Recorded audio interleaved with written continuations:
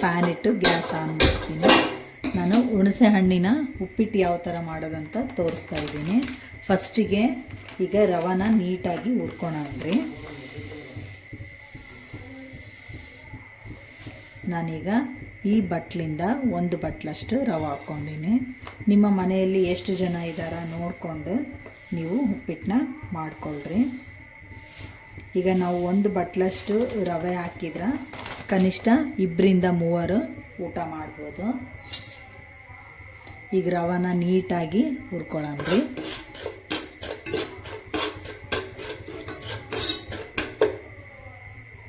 ಈಗ ಸ್ವಲ್ಪ ಎಣ್ಣೆ ಹಾಕ್ಕೊಳ್ಳೋಣ್ರಿ. 1-2 ಸ್ಪೂನಷ್ಟು ನೀವು ಕುಕ್ಕಿಂಗ್ ಆಯಿಲ ಹಾಕ್ರಿ.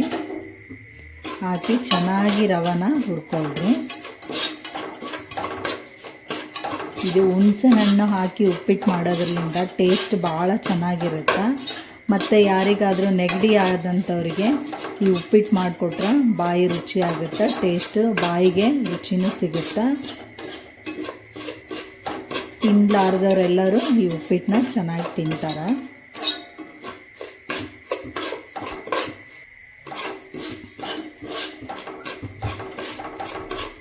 ಈಗ ಈ ಥರ ಚೆನ್ನಾಗಿ ರವಾನ ಹುರ್ಕೊಳ್ರಿ. ಈಗ ನಿಮ್ಗೆ ಆಗಲೇ ಉರಿತಾನೆ ಗೊತ್ತಾಗುತ್ತೆ ರವೆ ಯಾವ ಥರ ಅರಳ್ಕೊಂಡವ ಅಂತ. ಈಗ ನೋಡಿರಿ, ಈ ಥರ ನೀಟಾಗಿ ರವೆ ಹುರ್ಕೊಂಡು ಇದನ್ನೊಂದು ಬೇರೆ ಪಾತ್ರೆಗೆ ತೆಗೆದಿಟ್ಕೊಳಂಬ್ರಿ. ಈಗ 4-5 ಸ್ಪೂನಷ್ಟು ಎಣ್ಣೆ ಹಾಕ್ಕೊಳ್ರಿ. ಈಗಿದು ಎಣ್ಣೆ ಬಿಸಿ ಆಗಲಿ.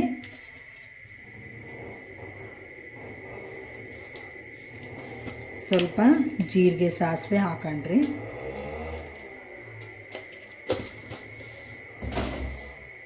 ಈಗಿದು ಸ್ವಲ್ಪ ಚಟಪಟ ಅನ್ನಲಿ. ಇದಕ್ಕೆ ಸ್ವಲ್ಪ ನಾವು ಉದ್ದಿನಬೇಳೆನ ಹಾಕೊಂಡ್ರಿ. ಉಪ್ಪಿಟ್ಟಿಗೆ ಉದ್ದಿನಬೇಳೆ ಕಡಲೆಬೇಳೆ ಇದ್ರೇ ಉಪ್ಪಿಟ್ಟು ಟೇಸ್ಟ್ ಚೆನ್ನಾಗಾಗೋದು. ಇದು ನಿಮ್ಮ ರುಚಿಗೆ ತಕ್ಕಂಗೆ ನೋಡಿ ನೀವು ಹಾಕ್ಕೊಳ್ಳಿ, ನಿಮ್ಗೆ ಎಷ್ಟು ಬೇಕು ಅನಿಸುತ್ತೋ ಅಷ್ಟು. ನಾನೀಗ 1 ಸ್ಪೂನ್ ಕಡಲೆಬೇಳೆ ಮತ್ತು 1 ಸ್ಪೂನಷ್ಟು ಉದ್ದಿನಬೇಳೆ ಹಾಕೀನಿ.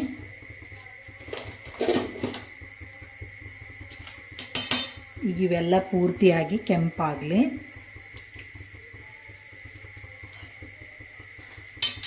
ನಾನೀಗ ಒಂದು ಸ್ವಲ್ಪ ಕಡಲೆ ಬೀಜನೂ ಹಾಕ್ತೀನಿ.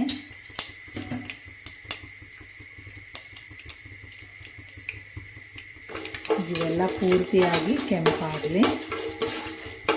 ಇವು ಪೂರ್ತಿಯಾಗಿ ಕೆಂಪಾದ್ರೇ ಉಪ್ಪಿಟ್ಟು ಘಮ ಬರೋದು. ಇಲ್ಲ ಕಡಲೆಬೇಳೆ ಉದ್ದಿನಬೇಳೆ ಕೆಂಪಾಗಿಲ್ಲ ಅಂದರೆ ನೀವು ಉಪ್ಪಿಟ್ಟಿನ ಫ್ಲೇವರ್ ಇರೋಲ್ಲ. ಇವು ಸ್ವಲ್ಪ ಕೆಂಪಾಗಲಿ ಚೆನ್ನಾಗಿ. ಈಗ ಕೆಂಪಾಗಕತ್ತ ಸ್ವಲ್ಪ ಕಡಲೆಯನ್ನು ಹಾಕ್ತೀನಿ. ಈಗ ನಾನು ಒಂದು 5-6 ಹಸಿಮೆಣ್ಸಿನ್ಕಾಯಿ ಹೆಚ್ಚಿಟ್ಕೊಂಡಿನಿ, ಅವನ್ನು ಹಾಕ್ತೀನಿ. ನೀವು ಖಾರ ತಕ್ಕಂಗೆ ನೋಡಿ ನೀವು ಮೆಣಸಿನ್ಕಾಯಿ ಹಾಕ್ಕೊಳ್ರಿ.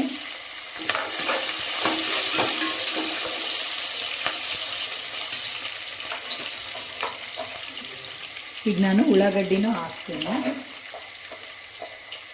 ನಾನು ಈ ಬಟ್ಲಿಂದ ನಾನು 2 ಬಟ್ಲಷ್ಟು ಉಳ್ಳಾಗಡ್ಡಿ ಹಾಕ್ತೀನಿ.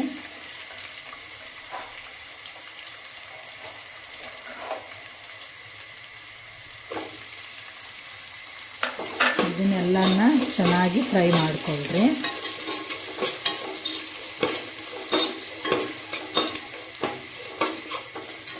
ನಾನೀಗ ಒಂದು ಸ್ವಲ್ಪ ಕ್ಯಾರೆಟನ್ನು ಹಾಕ್ತೀನಿ ಇದರಲ್ಲೇ.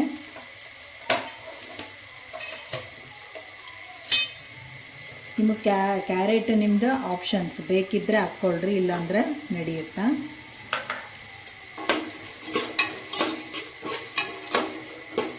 ಇದೆಲ್ಲ ಚೆನ್ನಾಗಿ ಫ್ರೈ ಆಗಲಿ.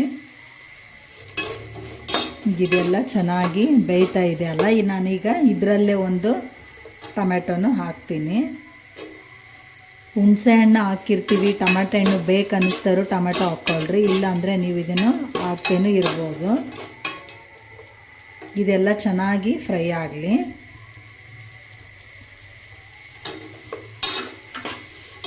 ಪೂರ್ತಿ ಇದೆಲ್ಲ ಗೋಲ್ಡನ್ ಬ್ರೌನ್ ಆಗೋ ತನಕ ಚಂದ ಫ್ರೈ ಮಾಡ್ಕೊಳ್ರಿ.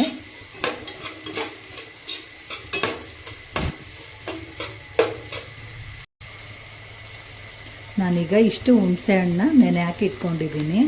ಇದು ಒಂದು ಲಿಂಬೆ ಗಾತ್ರದಷ್ಟು ಹುಣಸೆ ಹಣ್ಣನ್ನು ಹಾಕಿಟ್ಕೊಂಡಿನಿ. ನಿಮಗೆ ಹುಳಿ ನೋಡಿಕೊಂಡು ಹಾಕ್ಕೊಳ್ರಿ. ಹುಳಿ ಸ್ವಲ್ಪ ಜಾಸ್ತಿ ಇತ್ತು ಹುಣಸೆ ಹಣ್ಣು ಅಂದರೆ ಕಡಿಮೆನೇ ಹಾಕ್ರಿ ಸ್ವಲ್ಪ. ಈಗ ಈ ಹುಣಸೆ ಹಣ್ಣನ್ನೆಲ್ಲ ಪೂರ್ತಿಯಾಗಿ ನಾನು ಕಿವುಚ್ಕೊಂಡು ಇಟ್ಕೊತೀನಿ. ಈಗ ಉಳ್ಳಾಗಡ್ಡಿ ಎಲ್ಲ ಚೆನ್ನಾಗಿ ಫ್ರೈ ಆಗೈತೆ. ಈಗ ನಾನು ಇದರಲ್ಲಿ 1 ಬಟ್ಲಷ್ಟು ಹುಣಸೆ ಹಣ್ಣನ್ನು ಹುಳಿ ಹಿಂಡಿಟ್ಕೊಂಡಿನಿ. ಆ ಹುಣಸೆ ಹಣ್ಣಿನ ಹುಳಿನ ಇದಕ್ಕೆ ಸೇರಿಸ್ತೀನಿ. ಈಗ ಇದು 1 ಬಟ್ಲಷ್ಟು ಹುಣಸೆ ಹಣ್ಣಿನ ಹುಳಿನ ಹಾಕ್ತೀನಿ. ಈಗ ನಾವು ರವೆ ಎಷ್ಟು ಹಾಕಿರ್ತೀವಿ ಅದಕ್ಕೆ ತಕ್ಕಂಗೆ ನಾವು ನೀರು ಹಾಕಬೇಕು.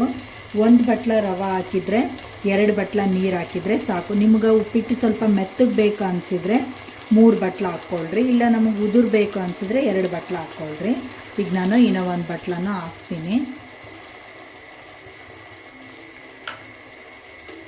ಈಗ ಇದು ಸ್ವಲ್ಪ ಚೆನ್ನಾಗಿ ಕುದಿಲಿ. ನಾವು 1 ಬಟ್ಲ ರವೆ ಹಾಕಿನಲ್ಲ, ಈಗ ಅದಕ್ಕೆ ನಾನು 2 ಬಟ್ಲಷ್ಟು ನೀರು ಹಾಕ್ತೀನಿ. ಈಗ ಇದನ್ನು ಸ್ವಲ್ಪ ಚೆನ್ನಾಗಿ ಕುದಿಲಿ. ಇದಕ್ಕೆ ಉಪ್ಪು ಹಾಕೋಣ ಸ್ವಲ್ಪ. ನಾನೀಗ ಸ್ವಲ್ಪ ಉಪ್ಪು ಹಾಕ್ತೀನಿ. ನಿಮ್ಮ ರುಚಿಗೆ ತಕ್ಕಷ್ಟು ನೋಡಿಕೊಂಡು ಉಪ್ಪು ಹಾಕ್ಕೊಳ್ರಿ. ಸ್ವಲ್ಪ ಸಕ್ಕರೆ ಹಾಕೋಣ. ಈಗ ನಾವು ಹುಣಸೆ ಹಣ್ಣು ಹಾಕಿರೋದಕ್ಕೆ ಸ್ವಲ್ಪ ಬೆಲ್ಲ ಅಥವಾ ಸಕ್ಕರೆ ಹಾಕಿದರೆ ಟೇಸ್ಟ್ ಚೆನ್ನಾಗಿರುತ್ತೆ. ನಾನೀಗ 1 ಸ್ಪೂನಷ್ಟು ಸಕ್ಕರೆನ ಹಾಕ್ತೀನಿ. ಈಗ ಇದು ಸ್ವಲ್ಪ ಕುದಿಲಿ. ಈಗ ಈ ಹುಳಿ ಎಲ್ಲ ಕುದೀತಾ ಇದೆ ನೋಡ್ರಿ. ಈಗ ಇದು ಸ್ವಲ್ಪ ಚೆನ್ನಾಗಿ ಕುದಿಲಿ. ಯಾಕಂದರೆ ಸ್ವಲ್ಪ ಕ್ಯಾರೆಟ್ ಹಾಕಿರ್ತೀವಲ್ಲ, ಅವು ಸ್ವಲ್ಪ ಮೆತ್ತಗಾಗಬೇಕು. ಈ ಹುಳಿ ಚೆನ್ನಾಗಿ ಕುದಿಲಿ. ಕುದ್ಮೇಲೆ ನಾವು ರವೆ ಹಾಕೋಣ. ಈಗ ಚೆನ್ನಾಗಿ ಹುಳಿ ಕುದೀತಾ ಇದೆ. ಈಗ ಇದಕ್ಕೆ ನಾವು ರವೆ ಹಾಕಿ ತಿರುಕೋಣಂಬ್ರಿ. ಈಗ ನಾನು ರವೆ ಹುರಿದಿಟ್ಟಿರೋ ರವೆನ ಇದರಲ್ಲಿ ಸೇರಿಸ್ತೀನಿ ಅಷ್ಟನ್ನು.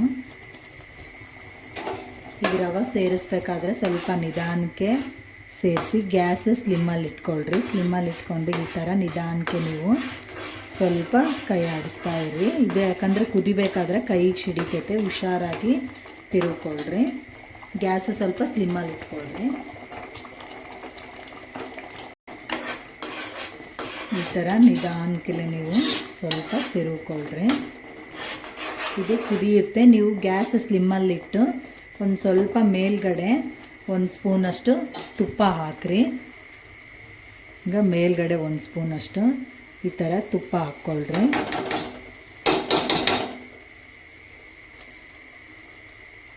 ಈ ಥರ ತುಪ್ಪ ಹಾಕಿ ಗ್ಯಾಸ್ನ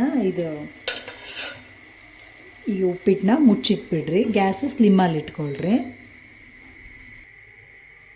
ಈಗ 5 ನಿಮಿಷ ಆಗೈತೆ, ತೆಗೆದು ನೋಡೋಣ. ಇದು ನೋಡ್ರಿ ಎಷ್ಟು ಚೆನ್ನಾಗಿ ಅಳ್ಕೊಂಡ ಉಪ್ಪಿಟ್ಟು ಅಂತ. ಈ ಥರ ಆದ್ರೆ ಹುಣಸೆ ಹಣ್ಣಿನ ಉಪ್ಪಿಟ್ಟು ರೆಡಿ ಆಯಿತು. ನೀವು ಇದನ್ನು ಇನ್ನೂ ಸ್ವಲ್ಪ ಮೆತ್ತಗೆ ಬೇಕಂದ್ರೂ ಮಾಡ್ಕೋಬೋದು. ಈಗ ಇಷ್ಟಿದ್ರೆ ಚೆನ್ನಾಗಿರುತ್ತೆ ನೋಡಿರಿ. ಈ ಉಪ್ಪಿಟ್ಟು ರೆಡಿ ಆಯಿತು.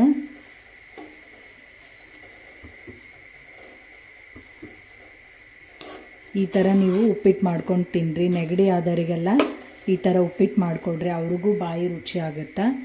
ಈ ಉಪ್ಪಿಟ್ಟು ವಿಡಿಯೋ ನಿಮ್ಗೆ ಇಷ್ಟ ಆಯ್ತಂದರೆ ಲೈಕ್ ಮಾಡಿರಿ, ಶೇರ್ ಮಾಡಿರಿ, ಕಮೆಂಟ್ ಮಾಡಿರಿ. ಮತ್ತೆ ಮುಂದಿನ ವಿಡಿಯೋದಲ್ಲಿ ಭೇಟಿ ಆಗೋಣ. ಬಾಯ್.